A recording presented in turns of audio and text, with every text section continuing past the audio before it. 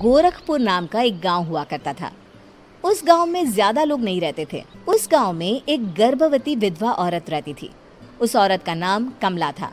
कमला अपने घर में अकेली रहती थी। उसके पति की सारी जायदाद उसके नाम हो गई थी, पर सभी गांव वाले उस औरत को मनहूस औरत समझा करते थे और सभी उससे नफरत किया करते थे।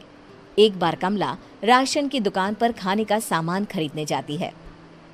भैया जी, जरा 1 किलो दाल चावल देना। अरे हाय हाय हाय हाय हाय हाय! अरे मनहूस औरत, मेरी दुकान में अपशुगन करवाने आ गई क्या? हैं? चल जा यहाँ से, मैं कुछ नहीं देने वाला हूँ तुझे। भाग यहाँ से, चल जा, भाग यहाँ से, चल जा, निकल। भैया जी, ऐसा मत कहिए, मैं गर्भवती हूँ, मुझे खाने की बहुत जरूरत है, मुझे खाना दे दीजिए। दुकानदार कमला को वहां से धक्के मारकर भगा देता है। तभी कमला रोते रोते उस गांव के किन्नरों के इलाके में आ जाती है। गांव वाले किन्नरों को उसी इलाके में रखा करते थे, क्योंकि वो लोग किन्नरों को पसंद नहीं करते थे और उनके इलाके में रहने से मना करते थे।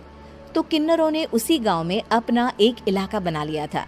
जब किन्नर लोग देखते हैं कि एक गर्भवती महिला रोते रोते उनके इलाके में आ गई है, तो सारे किन्नर कमला के पास जाकर उसका हाल पूछने लगते हैं। क्या हुआ बहन, तुम्हारी गर्भवती अवस्था में इतनी बुरी हालत कैसे है? तुम रो क्यों रही हो? तुम डरो मत, हम तुम्हें कोई नुकसान नहीं पहुंचाएंगे। तुम शांत होकर सब बताओ कि हुआ क्या है। मैं कमला हूँ, मैं गांव के दूसरे इलाके से आई हूँ। 2 महीने पहले ही मेरे पति की मौत हुई है। मुझे गांव के लोग मनहूस मानते हैं, क्योंकि मैं विधवा हूँ और गर्भवती भी।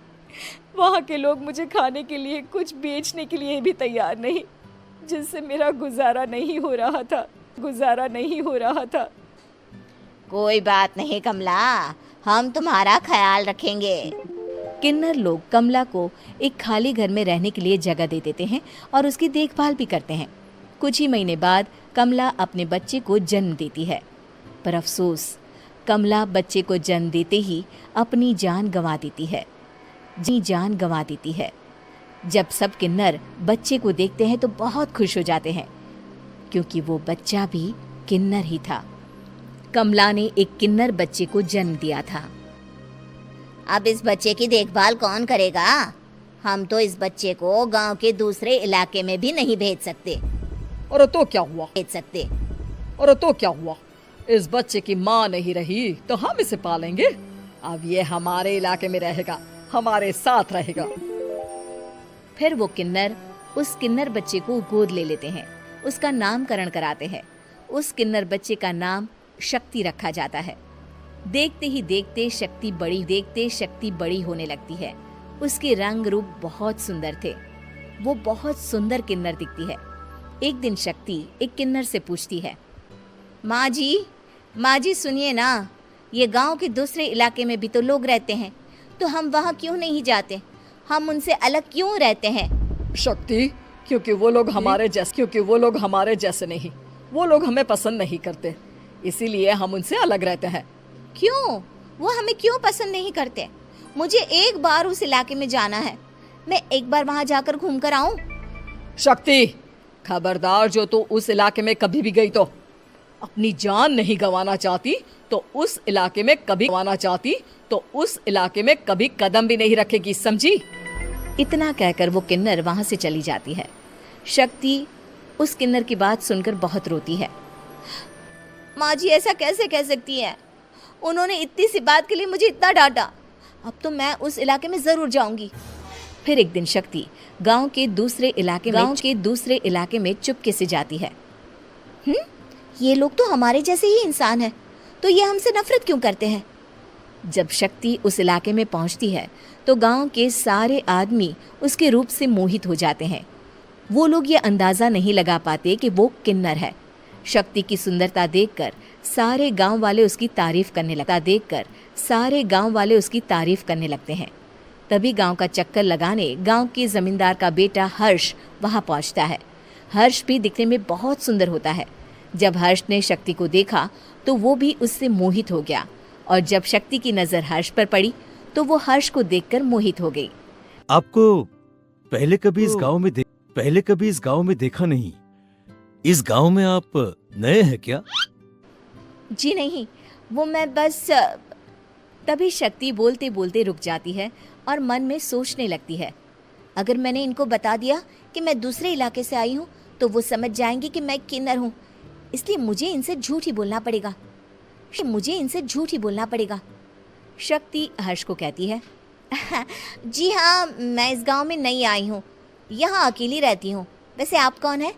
आप भी इसी गांव में रहते हैं? जी हाँ, मैं इस गांव के जमींदार का बेटा हूँ। आपको किसी भी चीज की जरूरत पड़े तो आप मुझे बता देना, मुझे अच्छा लगेगा। ऐसे ही शक्ति और हर्ष एक दूसरे से रोज मिलने लगते। वो दोनों अपने प्यार का इजहार करने एक दूसरे से मिलने जाते हैं। तभी शक्ति का पीछा करते करते एक किन्नर वहां आ जाती है। शक्ति, मैं तुमसे बहुत प्यार करता हूँ। मैं तुमसे शादी करना चाहता हूँ। क्या तुम मुझसे शादी करोगी? हाँ हर्ष, मैं तुमसे शादी करूंगी, पर मैं तुमको अपने बारे में एक सच्चाई बताना चाहती हूँ जो मैंने तुमसे छुपा कर रखी है। तभी उनके बीच में ही वो किन्नर आ जाती है। शक्ति, तेरी हिम्मत कैसे हुई ऐसा करने की? वो किन्नर शक्ति को खींचकर गांव के जमींदार के पास ले जाती है। हर्ष भी वहां शक्ति को बचाने के लिए पहुंच जाता है। जमींदार शक्ति और हर्ष के प्यार के बारे में सुनकर गुस्से में आ जाता है और शक्ति को गांव के बाहर निकालने की सजा देता है। शक्ति ये बात सहन नहीं कर पाती और कुएं में कूदकर अपनी जान दे देती है। जमींदार हर्ष की शादी गांव की एक लड़की से करवा देता है, पर हर्ष इस शादी से खुश नहीं होता। शक्ति अपना बदला लेने के लिए मरने के बाद किन्नर चुड़ैल बन जाती है। अब मैं इन गांव वालों को नहीं छोड़ूंगी, अब इनसे मैं अपने प्यार का बदला लूंगी। किन्नर चुड़ैल गांव वालों को परेशान करना शुरू कर देती है। एक बार वो रात को गांव के खेतों में पहुंच जाती है और वहां आग लगा देती है। सारी फसल जल के राख हो जाती है। जब एक आदमी रात को उठकर देखता है कि खेत में आग लग गई है तो वो वहां पहुंच जाता है। वो देखता है कि खेतों के बीचों बीच एक किन्नर चुड़ैल खड़ी है और वहां खड़े होकर ताली बजा रही है। गांव वाला किन्नर चुड़ैल को देखकर बेहोश हो जाता है। जब सुबह उस आदमी को होश आता है तो वो सीधा जमींदार के पास जाता है। अरे जमींदार साहब, अरे वो किन्नर चुड़ैल ने मेरी सारी फसल जला दी। अब मैं क्या करूंगा? क्या होगा मेरा? जमींदार चुड़ैल किन्नर का नाम सुनते ही सब कुछ समझ जाता है। अब वो बहुत डर जाता है। उसी रात को जब जमींदार डर के मारे अपने कमरे में सो नहीं पाता, तभी वहां अचानक से किन्नर चुड़ैल आ जाती है। किन्नर चुड़ैल जोर जोर से जमींदार के आगे खड़ी होकर हंसने लगती है और ताली बजाने लगती है। जमींदार उस डरावनी किन्नर चुड़ैल को देखकर बहुत डर जाता है। तूने मेरे साथ बहुत बुरा किया, अब मैं तुझे जान से मार दूंगी। नहीं, मुझे माफ कर दो, मुझे मत मारो। मैं कभी ऐसा दोबारा नहीं करूंगा। अब तुम जो बोलोगी वही मैं करूंगा।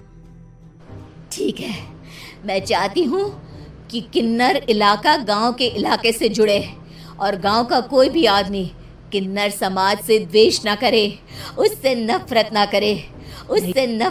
करे, नहीं तो मैं सारे गांव को मार दूंगी। और तुम गांव में एक नया कानून बनाओ कि अगर किसी ने भी किन्नर समाज को हानि पहुंचाने की कोशिश भी करी या इनसे भेदभाव करने की भी कोशिश करी तो उनको कड़ी से कड़ी सजा मिलेगी। हाँ, मैं ऐसा ही करूंगा। तुम जो बोलोगी वो मैं करूंगा, पर मुझे जाने दो प्लीज। तब वो किन्नर चुड़ैल वहां से चली जाती है। गांव का जमींदार किन्नर चुड़ैल का कहा मानते हुए दोनों इलाकों को एक कर देता है और नया कानून भी लागू कर देता है। तब से वहां किन्नर समाज और बाकी गांव वाले शांतिपूर्वक रहने लगते हैं।